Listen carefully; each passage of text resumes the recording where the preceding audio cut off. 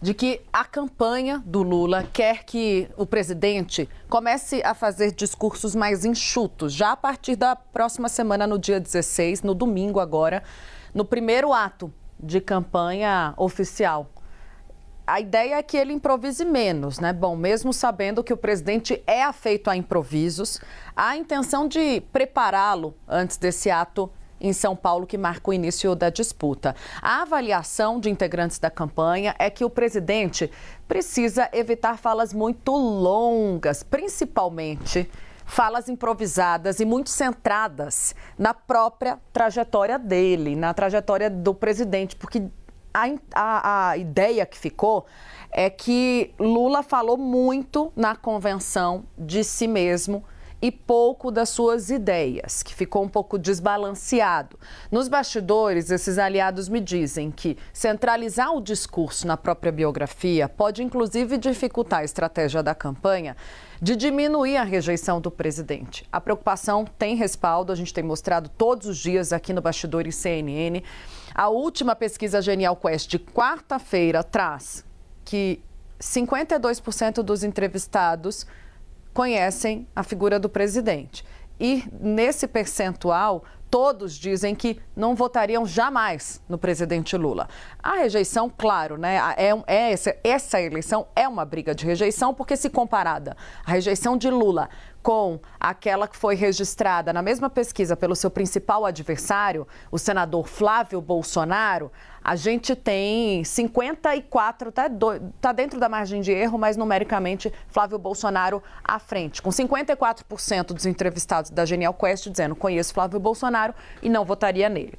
Uma ala da campanha do Lula defende que ele fale mais sobre Brasil, menos sobre ele próprio. A ideia é insistir para que o presidente, até domingo, apresente melhor no seu discurso, desenhe melhor um discurso com visão de país, defendendo, por exemplo, o que foi feito no seu governo, todas as suas realizações, apontando para o que ele pretende fazer no eventual quarto mandato, que também, segundo a avaliação dessas fontes, foi um assunto que acabou ficando perdido, né? Olhar para o futuro acabou ficando muito olhando para o passado, e o que o presidente precisa fazer na visão desse entorno agora é mostrar a diferença do seu quarto mandato. Por que ele pretende ser reeleito? Ele deve ser reeleito por esse eleitor que o rejeita. Então, a ideia é que Lula explore esse contraste com o campo bolsonarista, reforce o que considera serem os riscos para o país da volta desse grupo adversário ao poder. Essas fontes me dizem que Lula precisa dialogar com uma parcela da sociedade que ainda demonstra dúvidas e preocupação sobre os rumos da economia, inclusive o mercado. A orientação nesse ponto seria que o presidente conseguisse explicar melhor no domingo, de maneira mais objetiva, o que ele pensa sobre crescimento econômico, principalmente, e também falando com seu eleitor trabalhador, como transformar isso em crescimento e melhoria de vida para a população. A discussão sobre esse formato dos discursos do presidente ganhou força, como eu venho contando, na convenção que oficializou a candidatura de Lula à reeleição. A campanha avaliou positivamente esse evento, disse que demonstrou força e que considerou positiva a imagem da Frente Ampla de centro-esquerda, da unidade. Frente Ampla não, porque ali não está agregando os nomes da direita, né? Mas está trazendo nomes da esquerda já guardados, diferente do seu adversário Flávio Bolsonaro, que não conseguiu nem agregar outros partidos de direita. Nos bastidores, os aliados de Lula fazem algumas ressalvas à duração da fala e a falta de objetividade da fala do presidente na convenção, dizendo que ele foi e voltou nos assuntos muitas vezes e por isso mesmo não ficou claro o que Lula quer no quarto mandato. O discurso foi improvisado e incorporou temas, segundo a campanha, que não haviam sido discutidos antes com a equipe.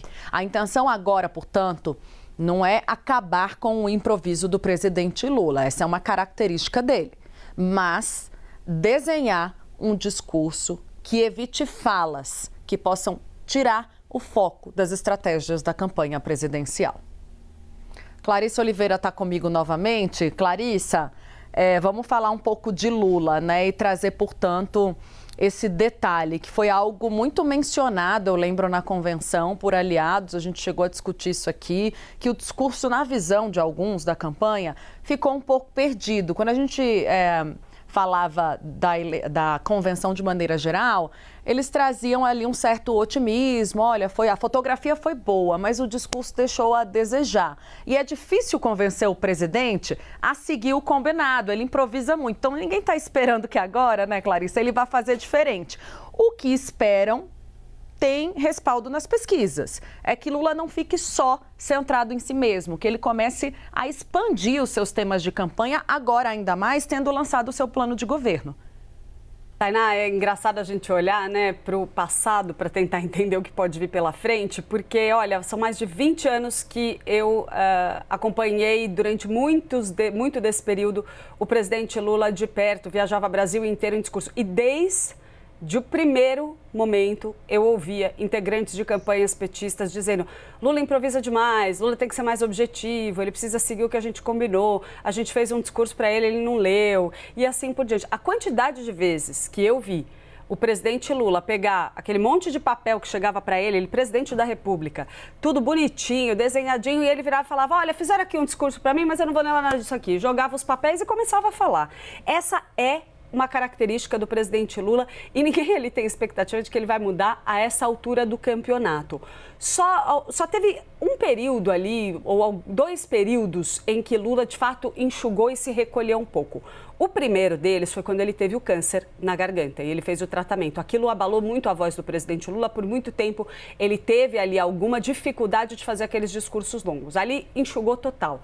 Depois de um tempo, ele foi recuperando ali aquela capacidade de fazer longos discursos, mas ele teve na última eleição uma série de escorregões, muito mais graves do que os que a gente tem visto recentemente, tá?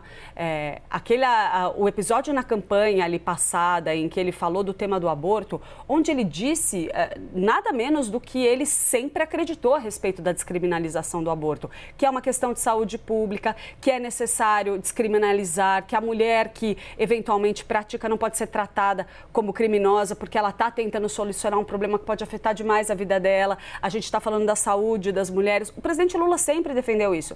Ele falou a mesma coisa, só que em tempos de redes sociais a repercussão é outra, é totalmente diferente. Vale também para as declarações machistas que o presidente deu algum tempo atrás, em mais de uma ocasião, que pegaram mal.